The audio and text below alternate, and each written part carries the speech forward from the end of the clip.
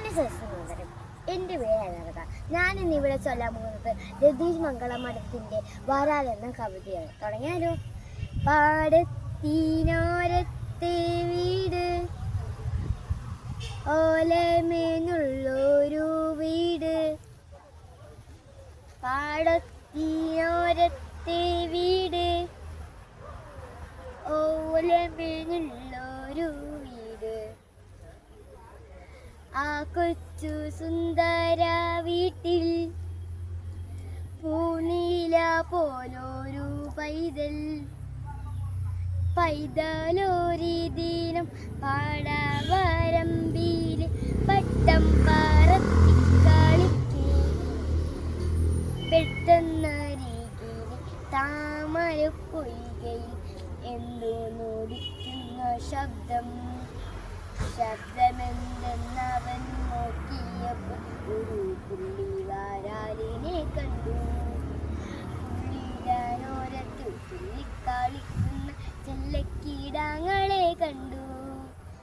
ഇത്തിരി ദൂരെ കൈതക്കരികിലെ ചെമ്പൻ വരാലിനെ കണ്ടു. ചെമ്പനും പുള്ളിയും ചെല്ലക്കീടാങ്ങളും നീന്തി തുടിക്കുന്ന കണ്ടു. ആശ്ചര്യം പൂണ്ടതാ പൈതൽ പിന്നെ അയ്യോ പാർപ്പുകളെന്നു വിളിച്ചു കൂകി. അത് കേട്ടൊരുവനും ഓടി വന്നു ക്ഷണം പാർപ്പിന്റെ നീർക്കങ്ങ് ചൂണ്ടയിട്ടു. പുള്ളിതാനുള്ള ഭയന്ന് പോയി, മക്കളെ ഓർത്ത് ഭയന്ന് പോയി. പിന്നെ ആ ചൂണ്ടയിൽ ചാടി വെട്ടി മക്കൾക്ക് വേണ്ടി പിടഞ്ഞു വീണു. പിന്നെ ആ ചൂണ്ടയിൽ ചാടി വെട്ടി മക്കൾക്ക് വേണ്ടി പിടഞ്ഞു വീണു. പിന്നെ ആ ചൂണ്ട കോളത്തിൽ വീണു.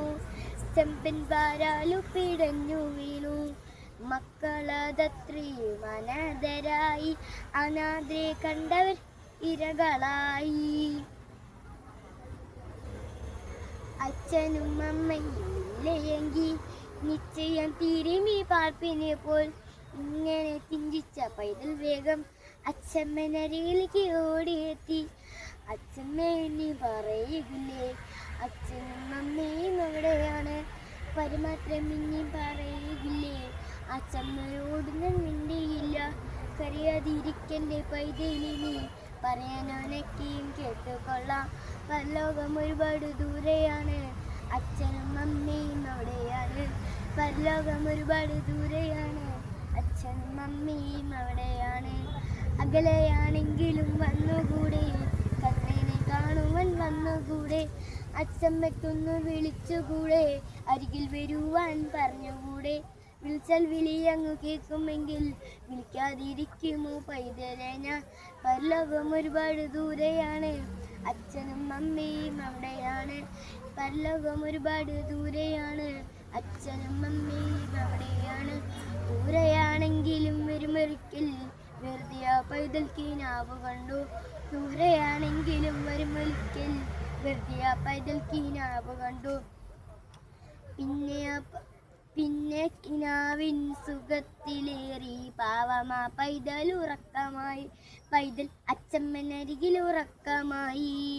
നന്ദി, നമസ്കാരം.